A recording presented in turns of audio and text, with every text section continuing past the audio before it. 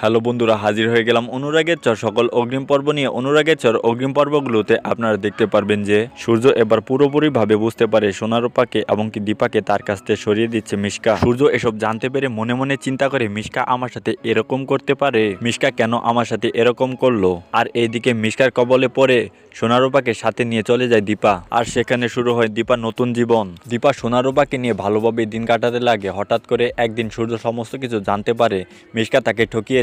সূর্য তখন মনে মনে ভাবতে লাগে, আমি দীপার সাথে অন্যায় করেছি, যেভাবেই হোক দীপার কাছে আমাকে ক্ষমা চাইতে হবে।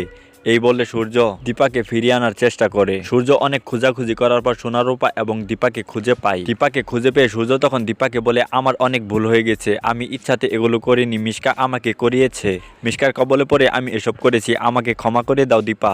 দীপা তখন বলে, একই ধরনের ভুল আপনি বারবার করে যাচ্ছেন, আপনি আমার জীবনটাকে কি পেয়েছেন, এই জীবন থেকে আমাকে রক্ষা দিন ডাক্তারবাবু। সূর্য তখন দীপাকে বলে, আমি খুবই সরি, আমি না বুঝে এসব করেছি, আমাকে ক্ষমা করে দাও দীপা, শেষবারের মতো আমাকে ক্ষমা করো দীপা। দীপা তখন সূর্যকে বলে, হ্যাঁ আমি অবশ্যই বাড়ি যাব, কিন্তু আমার একটা শর্ত আছে। সূর্য তখন বলে, কি শর্ত? দীপা তখন বলে, মিশকাকে এবার একটা অতি শিক্ষা দিতে হবে। সূর্য তখন বলে, হ্যাঁ আমি ওকে অবশ্যই অতি শিক্ষা দেব, তুমি শুধু আমার পাশে থাকো দীপা। দীপা তখন সূর্যের সাথে চলে যায় সেনগুপ্ত বাড়িতে। তো বন্ধুরা, গল্পে যদি এরকম কিছু আসে দেখতে তোমাদের কেমন লাগবে অবশ্যই কমেন্টে জানিয়ে দাও তোমাদের মতামত।